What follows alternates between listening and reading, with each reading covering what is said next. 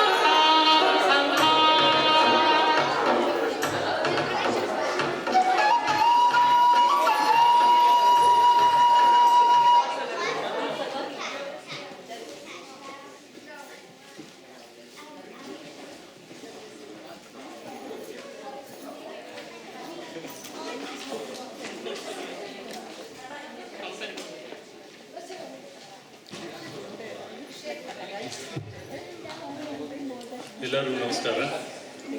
ಎಲ್ಲರಿಗೂ ಮತ್ತೊಮ್ಮೆ ರಾಜ್ಯೋತ್ಸವ ಹಾಗೂ ದೀಪಾವಳಿ ಹಬ್ಬದ ಶುಭಾಶಯಗಳು.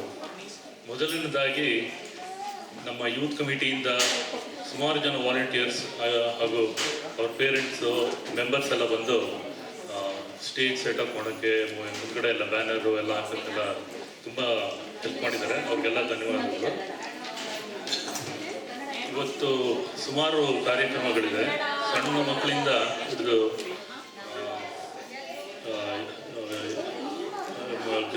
ನಾಟಕಗಳು, ಹಾಡುಗಳು ಹಾಗೂ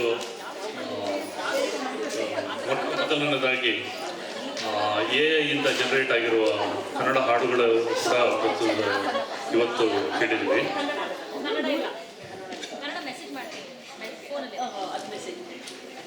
ಮತ್ತು ತಡೆ ಮಾಡದೆ ಶುರು ಮಾಡೋ ಕಾರ್ಯಕ್ರಮ. ಇನ್ನೊಂದು ವಿಷಯ ಅಂದರೆ ನಮ್ಮದು ಕಮಿಟಿ ಈ ವರ್ಷದ ಕೊನೆಯಾಗುತ್ತೆ. ಮತ್ತು ಹೊಸ ಕಮ್ಯುನಿಟಿ ಶುರು ಮಾಡಬೇಕಾಗುತ್ತೆ ಮುಂದೆ ವರ್ಷಕ್ಕೆ.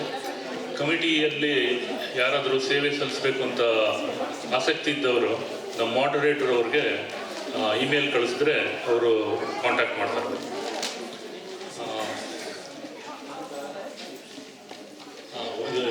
ಮತ್ತು ಇದು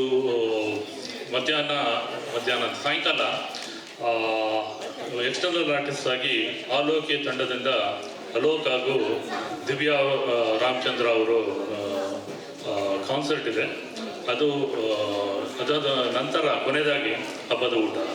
ಈಗ ನಮ್ಮ ಕಲ್ಚರಲ್ ಕಮಿಟಿಯವರು ಸ್ವಲ್ಪ ಇಂಟ್ರೊಡ್ಯೂಸ್ ಮಾಡ್ಕೊಳ್ಳಿ ಅಂತ ಕೇಳ್ತಾರೆ. ನಮಸ್ಕಾರ ಎಲ್ಲರಿಗೂ. ನನ್ನ ಹೆಸರು ಶ್ವೇತಾ ಹರೀಶ್ ಅಂತ. ನಾವು ಈ ಕಲ್ಚರಲ್ ಕಮಿಟಿಯಲ್ಲಿ ಕಳೆದ 2 ವರ್ಷದಿಂದ ಸೇವೆ ಸಲ್ಲಿಸಿದ್ದೀವಿ. ಇನ್ನು ಮುಂದೆ ಬೇರೆ ಯಾರಿಗಾದರೂ ಇಂಟ್ರೆಸ್ಟ್ ಇದ್ದರೆ ದಯವಿಟ್ಟು ಮಾಡರೇಟರ್ನ ಮಾತಾಡ್ತಾರೆ. ಎಲ್ಲರಿಗೂ ದೀಪಾವಳಿಯ ಮತ್ತು ಕನ್ನಡ ರಾಜ್ಯೋತ್ಸವದ ಹಾರ್ದಿಕ ಶುಭಾಶಯಗಳು. ನನ್ನ ಹೆಸರು ಹರೀಶ್ ಅಂತ. ನಾನು ಕಲ್ಚರಲ್ ಕಮಿಟಿ ಇದ್ದೀನಿ. ನನ್ನ ಹೆಸರು ಅಪರ್ಣ. ನಾನು ಕೂಡ ಸಾಂಸ್ಕೃತಿಕ ಕಾರ್ಯಕ್ರಮದ ಕಮಿಟಿಲಿದ್ದೀನಿ. ಕಾರ್ಯಕ್ರಮ ಈಗ ಶುರು ಮಾಡ್ತಾ ಇದ್ದೀವಿ.